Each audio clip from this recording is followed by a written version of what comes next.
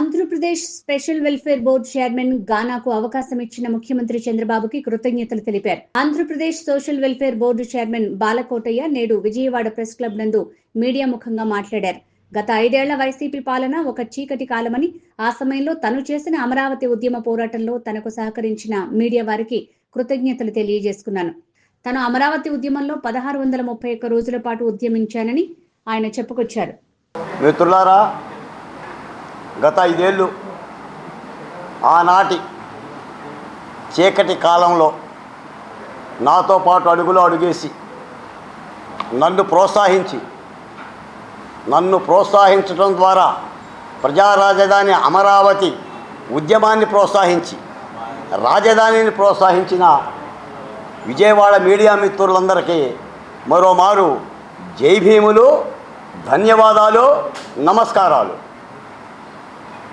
ఈ రోజున ప్రధానంగా ఆంధ్రప్రదేశ్ సోషల్ వెల్ఫేర్ బోర్డు చైర్మన్గా, 2 అమరావతి రాజధాని ఉద్యమంలో 1631 రోజుల పాల్గొన్న ఉద్యమకారుడిగా మీతో ఒక ప్రధానమైన అంశాన్ని పాలు పంచుకోవడం కోసం మీ ముందుకు వచ్చాను. నిన్న మీరు చూసుంటారు అన్ని దినపత్రికల్లోనూ, మీడియా ఛానల్లోనూ ఆంధ్రప్రదేశ్ ముఖ్యమంత్రి గారు చంద్రబాబు నాయుడు గారు ప్రజా రాజధాని అమరావతిలో 2వ విడత భూ సమీకరణ కోసం నిర్ణయం తీసుకున్నారు. ఆ మేరకు కేబినెట్ ఆమోదం కూడా లభించింది. మొత్తం 7 గ్రామాల పరిధిలో 16,666 ఎకరాలను ప్రభుత్వం ల్యాండ్ పూలింగ్ పద్ధతిలో తీసుకునేందుకు నిర్ణయించింది. ఈ 666 ఎకరాలతో పాటు ప్రభుత్వానికి సంబంధించిన 3,828 ఎకరాలతో వెరసి 20,494 ఎకరాలను 2వ విడతగా కొన్ని అంశాలను విస్తృతపరచడం కోసం, అది అంతర్జాతీయ విమానాశ్రయం కావచ్చు, లేదంటే ఒక స్పోర్ట్స్ సిటీ కావచ్చు, లేదా ఒక రైల్వే స్టేషన్ కావచ్చు, లేదా రైల్వే లైన్ కావచ్చు, వివిధ రూపాలలో ఈ యొక్క ప్రయోజన కార్యక్రమాన్ని ముఖ్యమంత్రి గారు చేపట్టారు. దీని మీద చాలామందికి చాలా సందేహాలు ఉన్నాయి.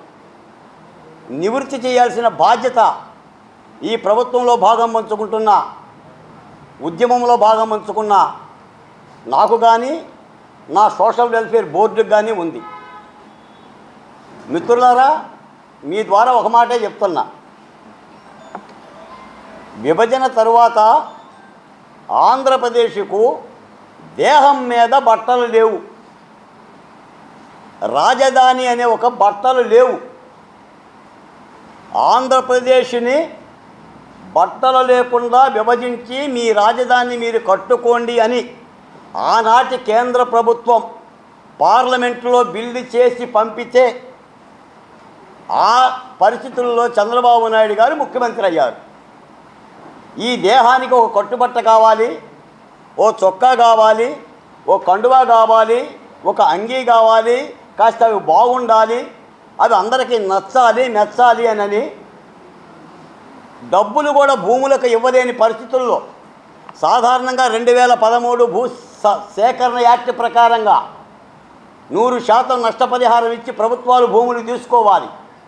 ఆ 100% నష్టపరిహారం ఇచ్చే స్తోమత, ఆర్థిక లోటు కలిగిన నూతన శిశువు ఏపీకి లేదు. కాబట్టి కొత్త సిస్టమ్, దేశం గర్వించే స్థాయిలో కొత్త నూతన పద్ధతిలో భూ సమీకరణ ల్యాండ్ పూలింగ్ సిస్టమ్ ద్వారా 34,348 ఎకరాలని సేకరించడం జరిగింది. అందుకు రైతులు సహకరించారు. ప్రేమగా, ఆప్యాయంగా తరాలు నమ్ముకున్న భూమిని దోషులతో పెట్టి సిఆర్డీఏ అధికారులకు ప్రామిసరీ నోటులా రాసిచ్చారు. ఆ సన్నివేశంలో అమరావతి పుట్టింది. అంటే ఒక తల్లి గనుక ప్రసవించటానికి పురిటి నొప్పులు ఎలా అయితే పడిందో అన్ని నొప్పులు పడి అమరావతి శిశువు పుట్టింది. 2014 నుంచి 19 వరకు ఈ భూసేకరణ జరుగుతున్నప్పుడు కూడా ఎన్నో నిందలేశారు. ఎందుకు అన్ని వేల ఎకరాలు ఒక అసెంబ్లీ కట్టడానికి, ఒక సచివాలయం పెట్టడానికి 3 ఎకరాలు తీసుకుంటే సరిపోతుంది కదా, ఒక 5 ఎకరాలు తీసుకుంటే సరిపోతుంది కదా. జగన్మోహన్ రెడ్డి గారు అన్నట్టుగా నాగార్జున యూనివర్సిటీలో ఒక 500 ఎకరాలు ఉంది కదా, చుట్టూ అక్కడే కట్టుకోవచ్చు కదా కూడా అన్నారు. విషయం ఏంటంటే కొంతమంది తలదించుకొని కింద చూస్తారు, కానీ కొంతమంది తల ఎత్తుకొని ముందు చూపు చూస్తారు. అలా ముందు చూపు చూసే ఏకైక నాయకుడు Chandrababu Naidu.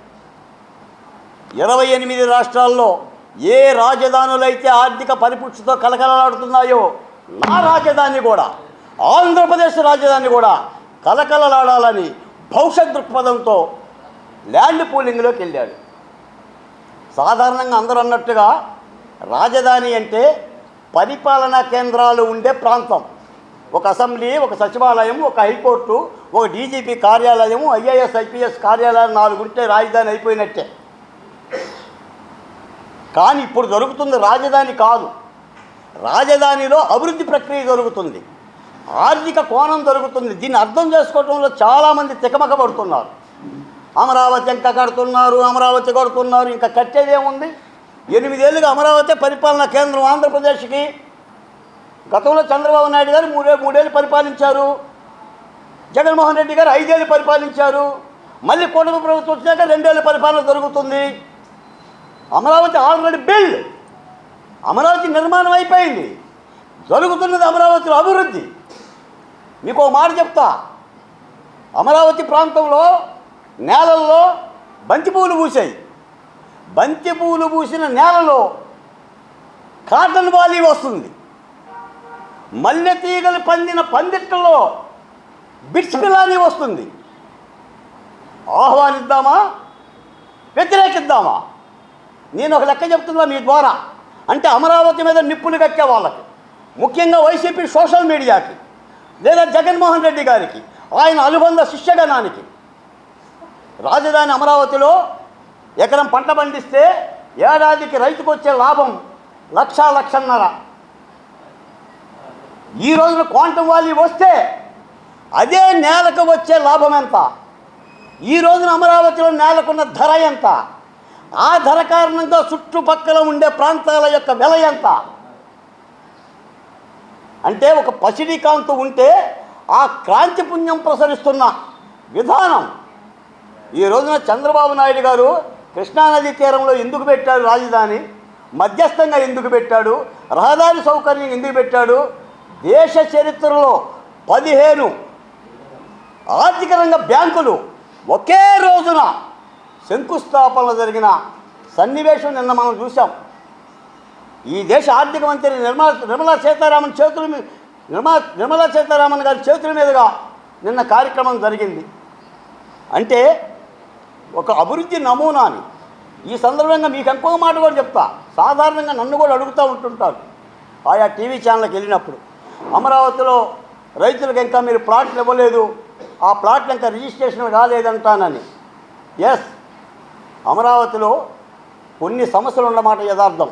I'm also accepted. కానీ సమస్య వేరు, అభివృద్ధి వేరు. ఈ సమస్యలను పరిష్కరించేందుకే 3 సభ్యులతో ముఖ్యమంత్రి గారు కమిటీనే వేశారు. ఆ కమిటీకి కేంద్ర మంత్రిని పెట్టాడు, పెమ్మసాని చంద్రశేఖర్ గారు. కొన్ని విధాన కారణాల మూలాన, టెక్నికల్ మిస్టేకుల మూలాన ఆనాడు భూ సమీకరణలో పాల్గొన్న భూముల్లో, అంటే కోర్టులకు వెళ్ళి చాలామంది రైతులు వెళితే ఆ భూముల్లో వీళ్ళకి ప్లాట్లు రావటం మూలాన వాటిని పరిష్కరించే పని చేస్తున్నారు. ఆ అంశం వేరు, కానీ జరుగుతున్న అభివృద్ధి వేరు. నేను ఒక మాట చెప్తాను మీ ద్వారా. మీకు రామాయణంలో ఆనాటి ఋషులు యజ్ఞాలు చేస్తుంటే, ఋషివలులు రాక్షస మంద మాంస ముక్కలో యువకులు వేస్తూ ఉంటుంటే ఋషులకి ఏం చేయాలో అర్థం కాక విశ్వామిత్రుడి దగ్గర పోతారు. అయ్యా, మమ్మల్ని యజ్ఞం చేయనివ్వట్లేదు అని. అప్పుడు విశ్వామిత్రుడు దశరథ మహారాజు దగ్గరికి వెళ్ళి, నీ బిడ్డలైన రామ లక్ష్మణులను పంపించు దశరథ, యజ్ఞం చెయ్యాలి, ఈ దేశానికి రాజ్యానికి సుభిక్షం జరగాలని. అంటే దశరథుడు ఒగుస్తాడు, ముక్కుపచ్చలారిన బిడ్డలను ఎలా తీసుకెళ్తావు విశ్వామిత్ర నాకు గర్భశోకం మిగులుస్తావనని, నీ బిడ్డలకు రక్ష నేను అని చెప్పేసి వెళ్ళి రక్షయజ్ఞం చేస్తాడు, బ్రహ్మయజ్ఞం చేస్తాడు. ఈ రోజున అమరావతిలో జరుగుతుంది కూడా బ్రహ్మయజ్ఞమే. మీరు ఆలోచించేదేమో రాక్షసులు వేసే మాంసం మొక్కల కోసం, బొమ్మకల కోసం. మేము ఆలోచించేదేమో ఈ రాష్ట్ర సౌభాగ్యం కోసం. ఎలా? భాగ్యనగరం అంటే ఏంటి? వెళ్ళి రావడమా? 1,00,000 కోట్ల రూపాయల ఆర్థిక పరిపుష్టి. బెంగళూరు అంటే ఏంటి? చెన్నై అంటే ఏంటి? బాంబే అంటే ఏంటి? మరి అమరావతి అంటే ఎలా ఉండదు? అమరావతి అంటే దేహం మీద ఒక బన్నీను ఒక డాయర్ వేసుకుంటే దేహానికి బట్టలు సరిపోయినట్టేనా? జగన్మోహన్ రెడ్డి గారి ఆలోచన అదే. ఒక 500 ఎకరాలు అన్నీ చుట్టూ కట్టుకుంటే గూడు గుట్టాన్ని చేస్తే సరిపోతుంది. కానీ ఇది ఆనాటి కర్నూలులో వేసిన గుడారాల రాజధాని కాదు. ఇది కర్నూలులో వేసిన గుడారాల రాజధాని కాదు. ఇది రాష్ట్ర మధ్యస్థంగా కృష్ణా గుంటూరు జిల్లాలో వెలసిన భాగ్య అమరావతి. భవిష్యత్ తరాలకి నిలబడే విధంగా జరుగుతున్న ఈ ప్రక్రియని అర్థం చేసుకోవాల్సిన అవసరం ఉంది. సమస్యలు ఉంటాయి. ఈ రోజున రైతులకు చెప్తున్నా, రైతుల ద్వారా అన్ని రాజకీయ పార్టీలకే, విపక్ష పార్టీలకు కూడా చెప్తున్నా, సమస్యలు ఉంటాయి. సమస్యలు పరిష్కరించుకోవాలి. ఈరోజు సమస్య ఉంటుంది, రేపు ఉంటుంది, ఎల్లుండి ఉంటుంది. కాలానుగుణంగా వస్తున్న విషయాల్లో కొత్త కొత్త సమస్యలు వస్తాయి. కొత్త కొత్త సమస్యలను కూడా పరిష్కరించుకోవాలి. జరుగుతుంది యజ్ఞం కాబట్టి. ఈ రోజున ఆ విధానంతో, ఆ దృష్టితో అమరావతిని చూడాలి అనే మాట మీ ద్వారా చెప్పాల్సిన బాధ్యత ఉంది. మిత్రులారా, మీ అందరికీ తెలుసు, ఇది నేను నా అమరావతి అని నేను రాసిన పుస్తకం రణం రక్తం రాజసం. ఈ పుస్తకాన్ని రాష్ట్ర వ్యాప్తంగా ప్రతి లైబ్రరీలోనూ, ప్రతి వ్యక్తి చేతుల్లోనూ, అమరావతి ప్రేమికుడి చేతుల్లో, స్వాప్నికుడి చేతుల్లో ఉండాలని నేను భాషించా, కోరుకున్నా. This is my heart beat. కానీ నాకు ఆర్థిక వనరులు లేక, నా శక్తి సామర్థ్యాలు చాలక రాష్ట్ర వ్యాప్తంగా దీన్ని నేను పంపలేకపోయా. ఈ రోజులు జరుగుతున్న ఈ 2వ విడత భూసేకరణ సందర్భంగా ఆనాడే ఈ పుస్తకంలో నేను రాసిన ఈ అక్షరం ఒకసారి మీరు చూడండి. నాటి విధ్వంసక పరిపాలనలో పాఠాలు, గుణపాఠాలు ఈ రాష్ట్ర ప్రజలు ఆలోచించాలి. అమరావతి మీద మాట్లాడే వ్యక్తులు కూడా ఆలోచించాలి. పాఠాలు, గుణపాఠాలు. ప్రజా రాజధాని అమరావతి ఉద్యమంలో ప్రభుత్వాలకు, రాజకీయ పార్టీలకు, రాష్ట్రంలోని 3 ప్రాంతాల ప్రజలకు ఏమైనా గుణపాఠాలు నేర్పిందా? నేర్చుకోవాల్సిన గుణపాఠాలు ఏమైనా ఉన్నాయా? ఈ మాటలకు నేను పాఠాలు నేర్పిందనే చెప్తాను. గుణపాఠాలు గట్టిగా చెప్పిందనే భావిస్తాను. నాటి విధ్వంసంలో మనం పాఠాలు నేర్చుకోవాలని చెప్పేసి ఆనాడే ఉద్యమకారుడిగా నేను తెలియజేశాను. ఈ రోజున నేను నా ముఖ్యమంత్రికి నేను చెప్పే మాట కూడా ఇదే. అమరావతి ఒక రాజకీయ పార్టీ పథకం కాదు, ఎన్నికల హామీ కూడా కాదు, ఒక వ్యక్తో కొందరు నాయకులు తీసుకున్న నిర్ణయం కాదు. అది రాష్ట్ర ప్రజల సొత్తు, 3 ప్రాంతాల ఉమ్మడి ఆస్తి, విభజనతో అనివార్యంగా దక్కిన తప్పనిసరి పరిస్థితి. దానిపై రాజకీయాలు తగవు, నిందలు అసలు తగవు. రాజధానిపై నిందలు అంటే రాష్ట్రంపై నిందలు. భూములు ఇచ్చిన రైతుల్ని ఇబ్బందులకు గురి చేయటం అంటే రాష్ట్రంలోని ప్రతి ఒక్కరిని బాధించటము అని అర్థం. కాబట్టి ఇది 29 గ్రామాలు, 29 + 7 కలిపితే 36 గ్రామాల సమస్య కాదు. ఇది స్వాంతనం చేసుకోవాలి. నేను కూడా మీ ద్వారా నా ముఖ్యమంత్రికి, క్యాబినెట్కి కూడా పదే చెప్పే మాట, ఒక ఉద్యమ అనుభవంలో నుంచి.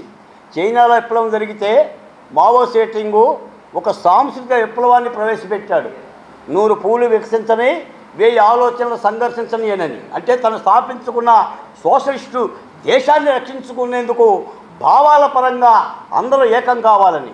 అలాగనే అమరావతి మీద పునరుజ్జీవ సాంస్కృతిక ఉద్యమం కానీ, సాంస్కృతిక చైతన్యం కలిగించాలి.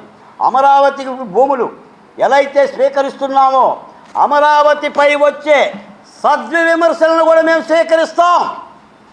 మీ ద్వారా మీడియా వాళ్ళకి చెప్తున్నా, దుర్విమర్శల్ని, కుతంత్ర విమర్శల్ని, రాజకీయ విమర్శలను పక్కన పెడతానికి తప్ప సద్విమర్శలను స్వీకరించి వాటిని పరిష్కరించేందుకు కూడా ఈ రాష్ట్ర ముఖ్యమంత్రి సిద్ధంగా ఉన్నారు. రైతులు ఏది చెప్పినా నేను చెప్తున్నాను మిత్రులారా, రాజధాని ఉద్యమంలో పాల్గొన్న వ్యక్తిగా అమరావతిలో ఏ రైతు కంట కన్నీరు ఒలకదు, ఏ రైతు ఒగసడు. అలా చేసేందుకు చంద్రబాబు నాయుడు గారు సిద్ధంగా లేరు. అలా రైతులను ఇబ్బంది పెట్టే లక్షణాలు చంద్రబాబు నాయుడు గారి దేహంలో లేవు. ఎకరం 7 కోట్ల రూపాయలకు జగన్మోహన్ రెడ్డి గారు ఈవేళ వేశారు. మీ అందరికీ తెలుసు. రాజధాని భూముల్ని అమ్ముకో చూశాడు, ఎవరూ రాలా.